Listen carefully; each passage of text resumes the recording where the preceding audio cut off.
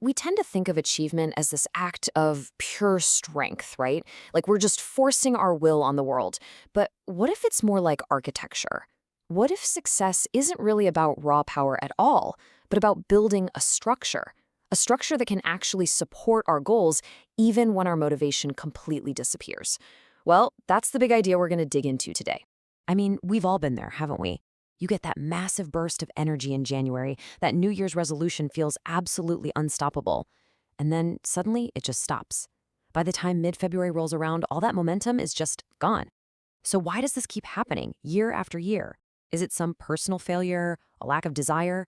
The answer we're exploring suggests it's not about us at all, but about our whole approach. And this right here gets to the absolute heart of it. On one side, you've got willpower. You can think of it like a bonfire. It burns really hot and bright when you're feeling motivated, but it needs constant fuel, and man, it can burn out fast.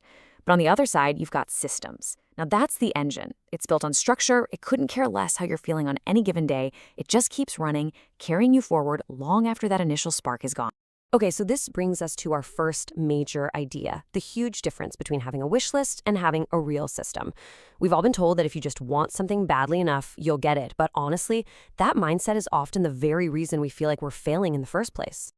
This reframe is just so important. See, the problem isn't our desire, it's our design. A goal without a real plan is just a wish. It's this nice idea floating around in the clouds with absolutely no foundation to support it when real life inevitably starts pushing back.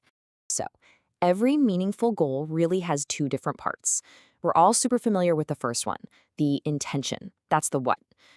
I want to write a book or I want to learn to code, but we almost always forget the second, and honestly, the more crucial part, the infrastructure. That's the how, the actual scaffolding you build that keeps the whole thing from collapsing. And this is exactly what that intention-only trap looks like in the real world. You make a to-do list, you feel this big rush of motivation, and you promise yourself you're going to start as soon as the time is just right. But guess what? That perfect moment, it almost never shows up because this isn't a plan. It's just a set of hopeful conditions. Think about it this way. A wish list is completely abstract. It lives entirely inside your head. It's just a desire. And because it has no dedicated time or space in the real world, it's incredibly vulnerable to literally everything else that's competing for your attention. But a system is concrete. The moment you put it in your calendar, you give it a time, a place, a real commitment. It stops being a vague idea and it becomes a scheduled event. It suddenly has just as much reality as a doctor's appointment or a meeting at work. And this is exactly why it matters so much. If you don't intentionally block out and defend the time and space for your goals, everything else, emails, chores, other people's emergencies will rush in to fill that vacuum. It's not that you're lazy, it's that your goals' infrastructure just wasn't strong enough to hold its ground. All right, on to our second section, which really builds on this idea. We're so often told that the answer is more grit, more discipline. But what if the problem isn't our character at all? What if it's just our cognitive load? This is such a powerful insight. It completely flips the script.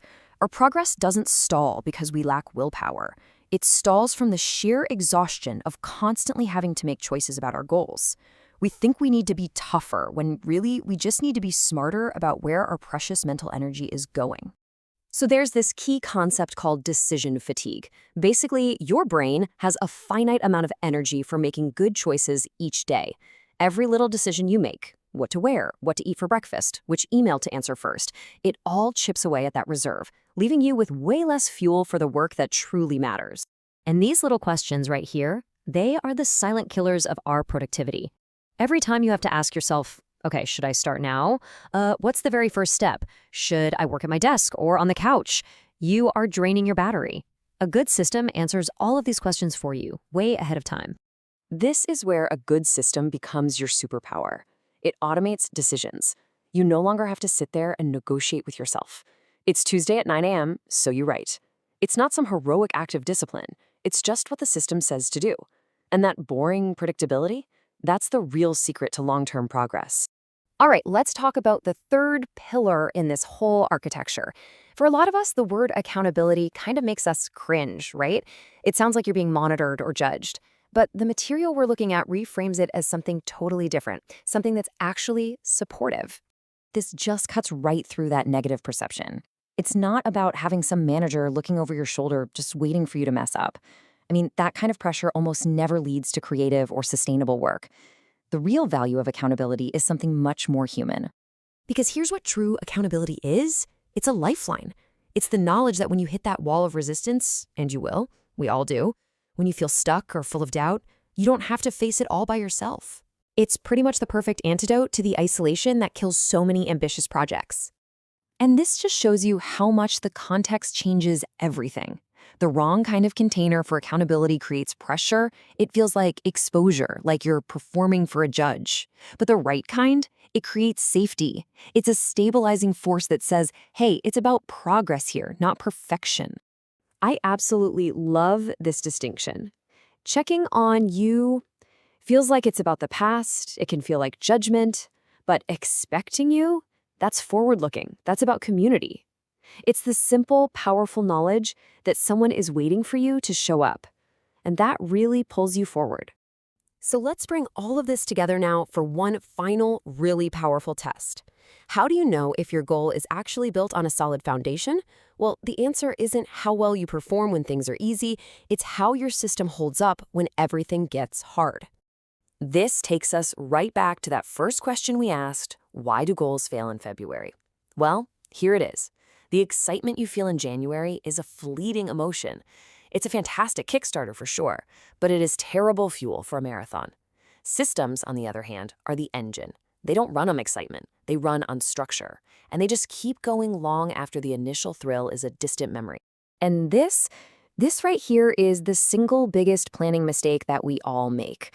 We design our ambitions for an idealized version of ourselves.